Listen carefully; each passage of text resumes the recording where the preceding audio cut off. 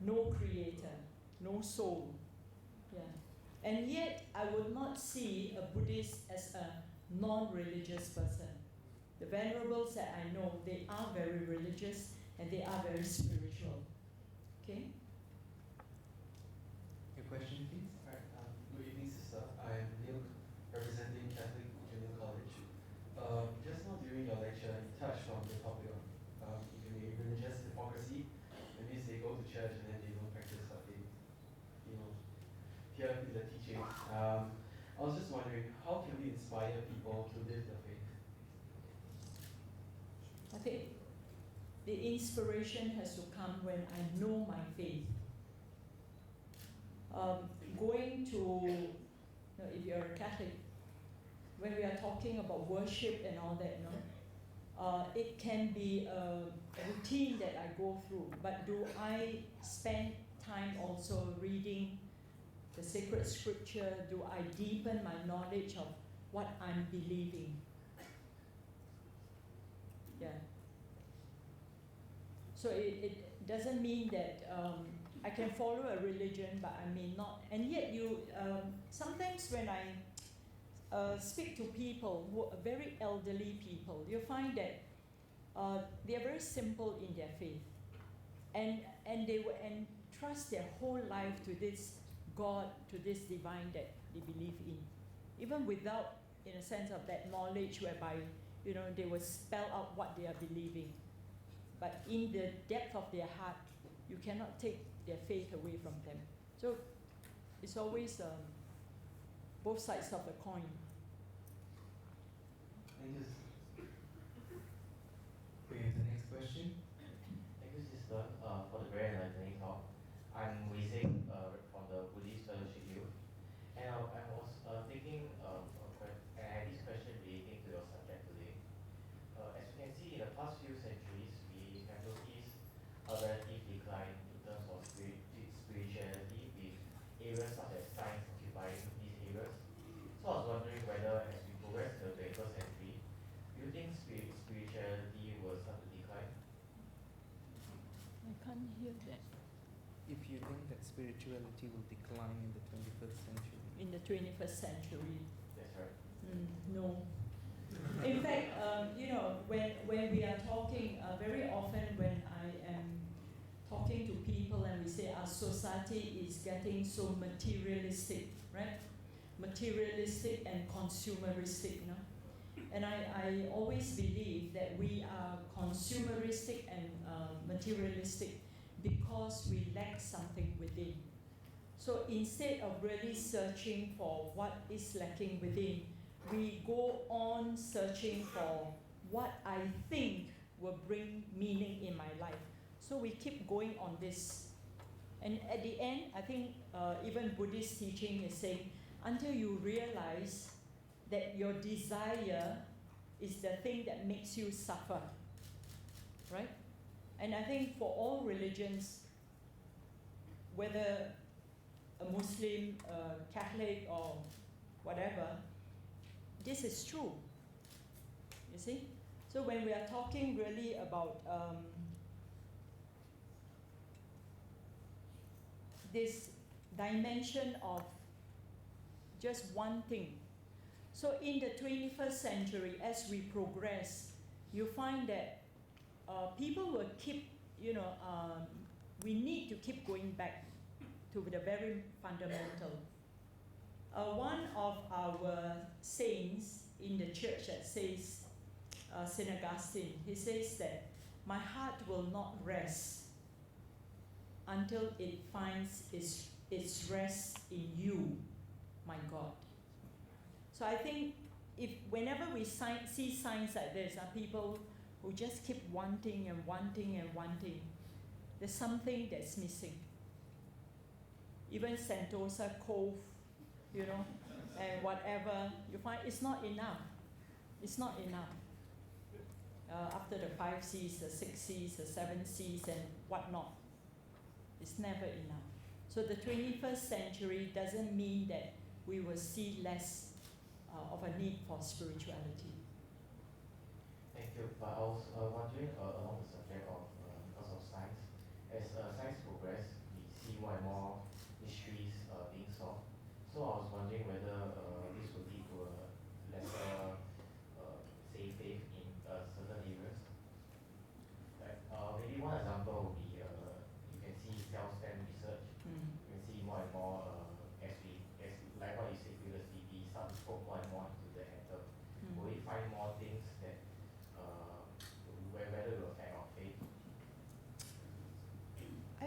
that I think even when we start to split the cell or split the atom and all that, it brings us to an experience that beyond that atom and that cell that I split, there is something greater that I cannot go on splitting. Okay? And human beings cannot create out of nothing. They still need to make you have a hands-on to something in order to say, I have found, or recreate something. But a human being I've not seen creating something out of nothingness. Thank you. Thank you very much for the question. Just to add on to the point about the C's, I think earlier sister mentioned about the 6 C's, the sixth one being contemplation.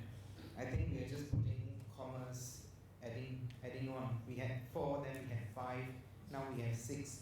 Maybe the 7th one should be contentment, which will put a full stop to the whole line. And that would cut off everything else before that. Just now I was thinking what could be the word, to try to put that into a C, because since we are in the topic of the 6 C's, the 5 C's. So contentment will put a full stop to the whole line. So you notice, it's the wisdom of the young. Right, the next question, please. Yes, good evening. Sorry, could you have your name again, please? Yes, Surya. My name is Surya, Muhammad Hanif Surya. I'm a Muslim. I believe in Islam, religion. So for the understanding of the topic, what is my understanding I came out from your explanations is that religion and spirituality, religion set as the path, the way, destination to be spiritual. It set us and guide us faster way to come to a spiritual point. Something like that, to be a Nobel laureate or doctorate, I have to follow the schools, university system. It guides the person to go to that step faster. Otherwise, maybe it takes time. It gives us the religion, whatever the religion, it gives us a faster way to be spiritual. Is it correct? I find that when we are talking, those of us, for example, who are brought up in the faith, right? Let's say we follow our parents to places of worship and all that. And we continue to do that because in a way it's expected of us, right? So we keep going. But come to a stage, I think, you find the individual, even though in your life you may always be doing it, there will come to a point in time where we have to own what we believe. I cannot say I am a Muslim, a Christian, a Buddhist, or whatever, because it is my parents' faith. We have to come to a stage where we say, but why am I still doing all this? I have to find that answer. See, so the quest is really, while I do this, can I find that religious experience at the core of all these things that's happening? And sometimes you find that it is a struggle. And some people, they fall out because they feel that, it's not worth it. There's so much of struggle that's going on, the uncertainty, the unbelief and all that. And if they are not being helped, they are not being we call it journey. You have to journey with a person who goes through this. You find that eventually the person kind of just leaves the religion. So in a way, the community, the religious leader, friends, if they really believe in a religion, they are there to journey with the person in faith. And sometimes we may just have to let the person struggle. Because like a person who goes through pain, you cannot say, oh, I understand your pain. You will never understand the pain of another person. The person has to go through it. But it can be bearable if someone else is by their side to support them. So I think in faith, it is also like this. We need to be there to journey with the person. Yeah, thank you.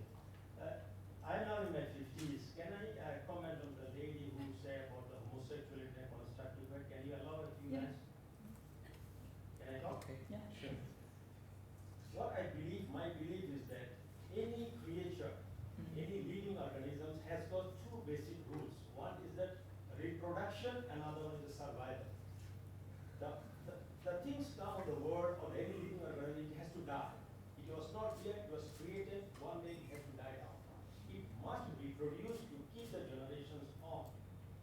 When this term of homosexuality comes, the reproduction stops. So end of the generation. This is one thing. The second my talk is that we know that as per Islam or religious, we have a prophet Lut alayhi salam. I don't know much, I just read about it. In his time, the homosexuality spread so much. God said that you take your believers, leave the place as fast as possible, don't look behind. And Allah subhanahu wa ta'ala destroyed whole his generation. So this was the punishment in the ancient time during the Lut alayhi salam, when homosexuality came to its peak. So that is not the correct way what we are proceeding. Thank you. Thank you for your comments. Can we have the next question, please, from the ladies' side? Oh, the gentleman over there. I think my face is on the booklet. So every year I will Every ask year you ask one next question. year I promise you I will not be here because I'll be in Australia. He will be the speaker. Well, I Teach. think that Sorry, can we have your name? okay, my name is you can call me Hao. I'm Hao. from Buddhist Fellowship Okay, Hao. Union. And the topic this year is seeking spirituality in the 21st century. And I feel that in order for us, there was a question just now by CJC.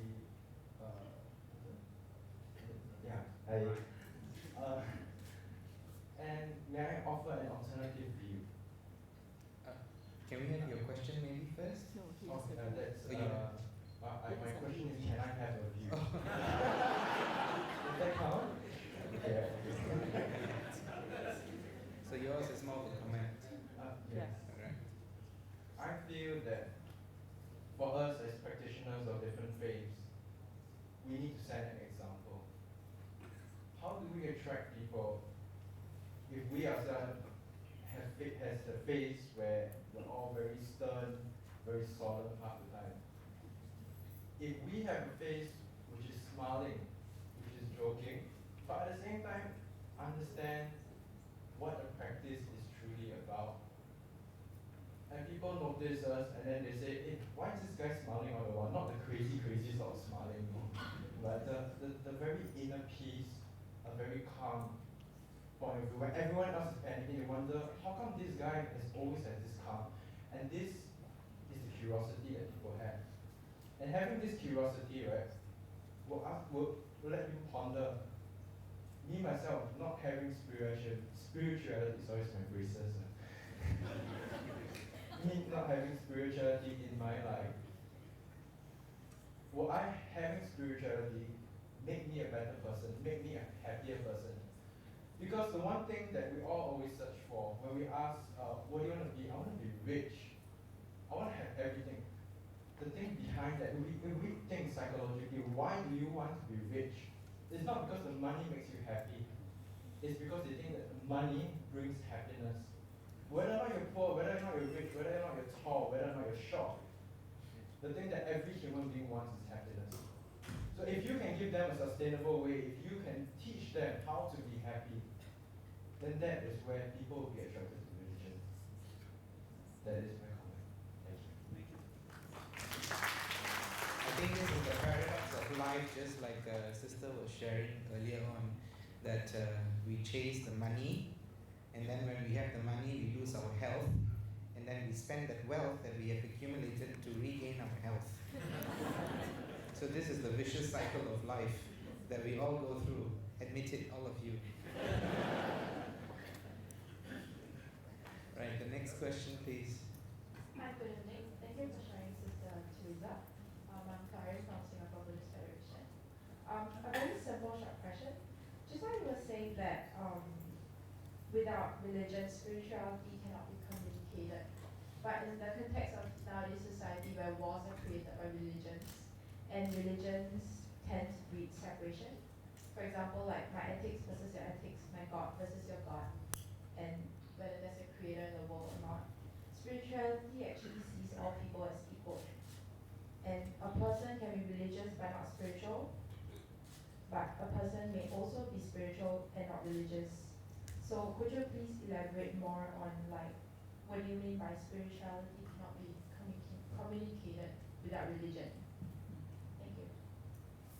No, we're saying that in religion, remember that it is actually system that has already been in place. In fact, the youngest religion that we do know is the Baha'is, about 200 years, right? So that's also a religion. The reason why I say that it's difficult to communicate without a religion is because the religious belief, in a way, because of what is there, it helps me to express what I experience within. It is the language that helps me to express my belief. You know, if let's say I live my life in union, for example, I said, you know, I feel peace, I feel, okay, but what is peace? You know, a person of religion will be able to find that description better. Also, partly the sacred books are there, right? The teachings are there. It can help me express what I'm trying to express, and that is what I'm saying. Okay, the difficulty of expressing, because language, religion, the religious language has been there for a long time, and it does give me, in a way, the language to express my experience. Well, maybe the spiritual person, for example, will have to use some of this language from religions. Okay? It's sometimes borrowing the language of another faith. Even like, for example, if I'm to say about Buddhism, when we are talking about this desire, right? And it's very valid also in Christianity. I think for all of us, you know, whichever faith that we are coming from, we recognize that yes, if I keep on desiring, I realize that it brings me suffering. It's actually very much a Buddhist teaching. But I reckon that, you know, I can also apply it in my life. So for a person who is trying to express a spirituality, may have to borrow language from another faith or another belief. So does that mean that spirituality is actually practicing a religion? That was what I was saying earlier, that spirituality, in a way, is also a system. People who says, I don't have a religion, right? And then they gather among themselves, we don't believe. But the fact that you are gathering already, you're trying also to form a system. You know? A structure is coming up. How about the yogis? You know, the yogis that practice based on the energy of the nature? Yogi. It comes to me. Okay, how about this? If you want to become an engineer, you have to go to an engineering college. But I did not specify you the name of that college. There are tons of colleges that you can attend and get your degree for engineering and become a qualified engineer. You can go through any school and become a qualified engineer. The end point is to become an engineer. It's how you get there, your path. You may take a longer path. Today I had to take a cab to get here, but I could have driven here, but I chose not to because I had to read up on the lecture today. All right?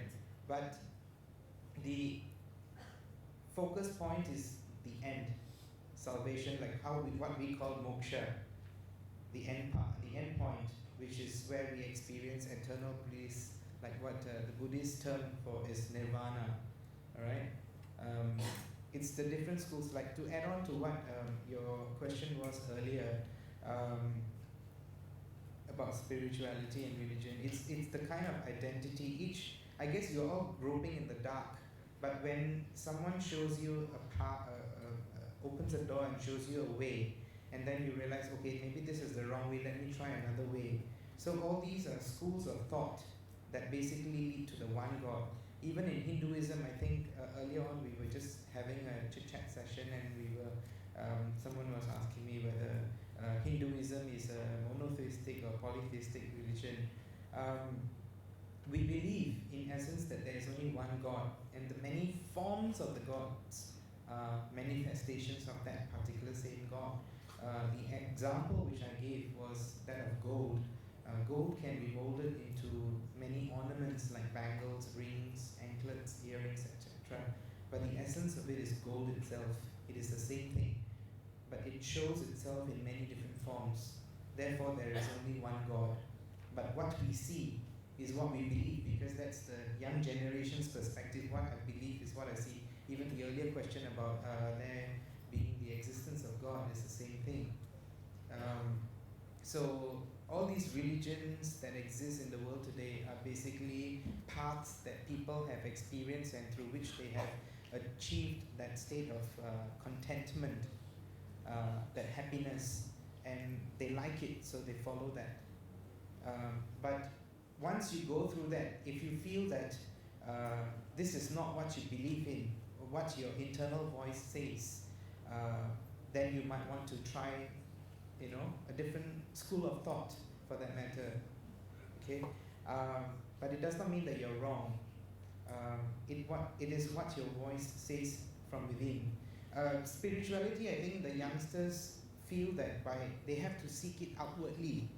But the essence of spirituality is to actually go within. I think that's one thing that we always forget to do, is to go within and to ask and to contemplate. Whenever we talk about contemplation, we have to exclude ourselves from this materialistic world and go and sit in one corner, find the time for ourselves, and to hear the voice within and to understand what we really want, who we really are. I think that is real spirituality. And only then we can be at peace with ourselves. Alright? Okay, thank you. Thank you. Next question, please. I forget that I'm not the speaker. I told him that as moderator, he has to, because I'm supposed to be relaxing this evening. So we'll share. Hi, good evening, this is Teresa. Thank you for sharing that very enlightening speech. I am Michelle from Singapore Buddhist Federation as well. My question is pertaining to religious leaders. I'm sure there are a few religious leaders here like myself.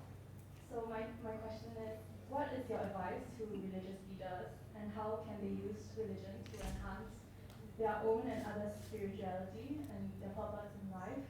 For example, what are the values and qualities you think religious leaders should possess? And my next question is a bit of more personal question. How do you keep yourself spiritually charged? And I mean, in times when you are low or when you're feeling burnt out, what do you do in your faith? Thank you. So for the religious leaders, I think we really have to find time out. Earlier on, when I was having the conversation before we went for dinner, I was actually listening to my tummy rumbling, so I was aware of that. But then we were saying that it is so important really for us to even have that, what we call, in Christianity we say it's so important to have the sabbatical, taking really time off to recharge. So as religious leaders, I don't know, personally I feel that the problem with us religious leaders is that I think we want to do everything. We tend to think that we are saviors and messiahs. We have to save the world, So we do and do and do, we forget, and then when we're at a point of getting burnout, we tend to react, Whereas when we have a community, remember that the community is there really to help us move together. So that for the religious leaders, I feel that we really need that time to slow down during the day even, not just, with us as religious.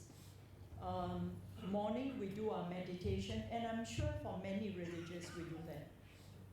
The meditation at some moments of the day where we just recharge our spirit. We sit down and just reflect, or sometimes not even to use anymore the mind, because the mind is the one faculty that is very difficult to tame, and yet we need to learn to tame the mind. Right? We need to do that. Your second question? Actually, that was my second question. Okay. My first question was more, what sort of qualities or The qualities. yeah, for that. So I think the important qualities really of love, compassion. If I'm preaching what I expect others to do, I will have to make sure that I'm living it out first. That compassion, mercy, extending love, extending help to others. But I think even to be kind to myself, to be forgiving. And when we are talking about these qualities, it is not only with others. I have to make sure that I have to extend it to myself also. Being forgiving, being kind, being gentle, Sometimes we try to do it to the people, but we are not doing it ourselves. So people see that, no, I'm not. Okay? So I think all the virtues and the qualities we need to inculcate as religious. And I think not just religious, all of us who are here, believers. Thank you, sister. Right. Can we have the final question for tonight, please? We have to keep tab on the time as well. Final question, please. Peace be upon you, Sister Teresa. My name is Aspa. I'm an undergraduate from Cairo University, majoring in Islamic and Semitic liberal arts. I think I'm representing my fellow peers of Islamic sciences. I have been in Egypt for the past 4 years, almost 4 years, and only here because of the protest. And and I was just talking to my friend who I just made just now. When we are in countries like Egypt, in all the third world countries like in Egypt, Pakistan, Syria, it's much more easier for us to find spirituality there. And when we talk to the people there, for those who are not living the paradoxes of life, which you mentioned, those, not the youth, those old generations, and those who are content with despite their economic situations, they seem fulfilled and they seem to be happy with their life. When you smile at them, they smile back and you back. When I arrive here at the airport, when I smile at some of the Singaporeans, they look at me back and say, "Why are you staring at me?" And when I say, "Assalamu alaikum," or "Peace be upon you," to a fellow Muslim, they say, "Yes, what do you want?" My question is that, and empirically, as I said, it's very hard for me to find spirituality here. I mean, it's obvious I'm not wearing a religious garb and all that, but it's easy for me to find spirituality in Egypt despite the economic situation. So perhaps spirituality is only a luxury for religious leaders and for those who are in religious circles and for those who do not need to worry about what to put on their table, or for those who do not have time, who do not spiritually, who have the time to be quiet and to contemplate. And in Islam, we are supposed to focus more on the hereafter than this world, which we say is an illusion. So perhaps a balance cannot be found. So cannot be found when material entities are forced to be made goals of life. Perhaps spirituality can only be sought when our governing policies relax just a little bit from its obsession for quantifiable success. Perhaps spirituality can only be sought in Singapore when we as a nation redefine the concept of progress. How do you respond to that? I agree with everything that you say. And it's true. I think those of us who have been to poorer places, we do find that the people are very contented. But I think even in Singapore, you find actually poorer families, they may be struggling, but they are happy with, family, they are happy with what they have. Whereas it's those who have, you find that they are struggling to multiply. So even when they have, they are not really enjoying what they have. So I think it's part of that paradox of life. But, well, having said that, where we are today, we cannot say we are going to be like Singapore in the 50s and 60s. That's wishful thinking, right? Then it is how can we, for those of us who are more aware, continue to grow and find that spirituality, that peace, that contentment, as Vivek was talking about, and then we share with those who are still searching. So it's not just the religious leaders. I don't know about Mufti and the president. I'm sure they also have their headache. I know, for example, I try to be spiritual. No? I repeated this to our Catholics. I want to be spiritual. But when I have to raise money for missions and all that, it's causing me white hair. So, but on the other hand, I also have to trust that when people shares and they know that, there are others who are less privileged than them, you find that there are many wonderful people who will be more than happy to share what they have. So I think this is when we're talking about community, blessings and all that. So that could be the answer. Thank you very much. Thank you. I think just to add on to the gentleman's comment here, I think today or just yesterday,